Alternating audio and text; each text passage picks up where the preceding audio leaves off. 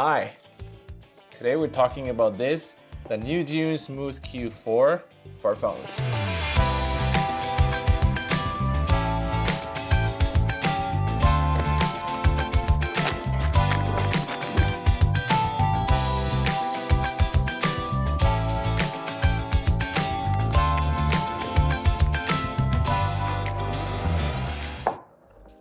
So this gimbal is actually very unique in one way. It is a gimbal that has an extendable rod, which makes it a selfie stick / hybrid gimbal. Let's unbox it. This is just a standard version.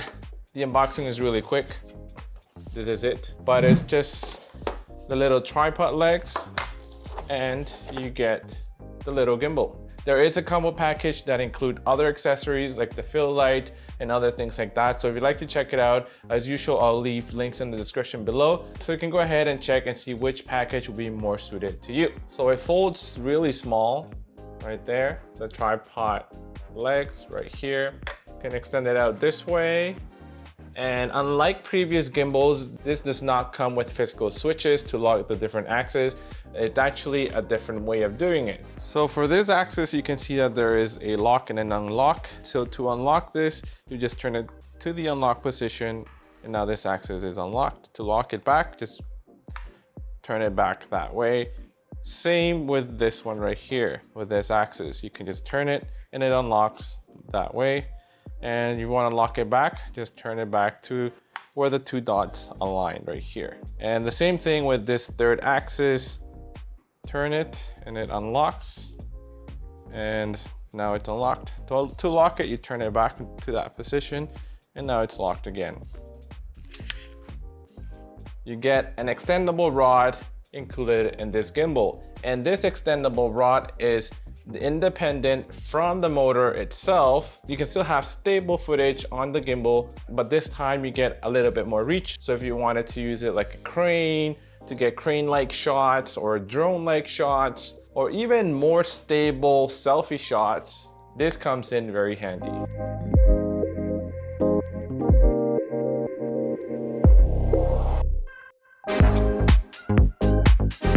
So right off the bat, this Smooth Q4 looks a lot like the Q3.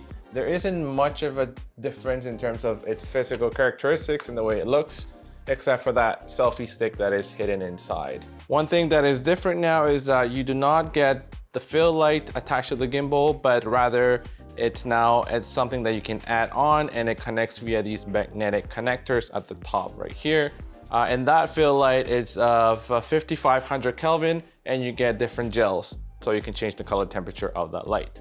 The phone clamp extends quite a lot. So I think it's compatible with most devices, with most phones, even the bigger ones. You get a trigger button at the front. You get this.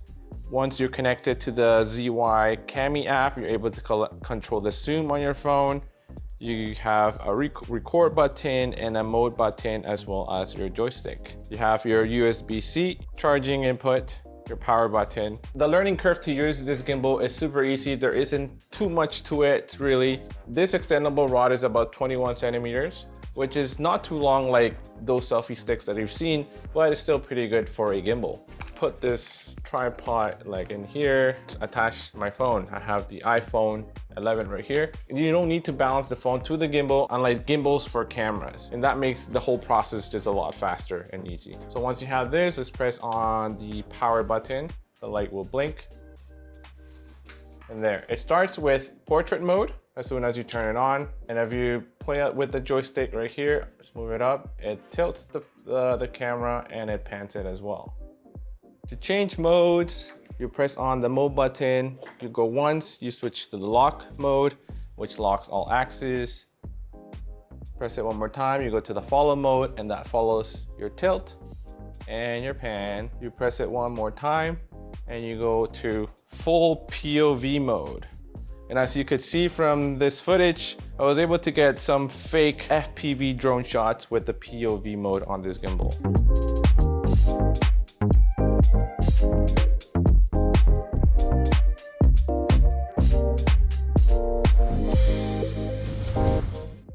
If you press on the trigger button 3 times, the gimbal switches to landscape mode.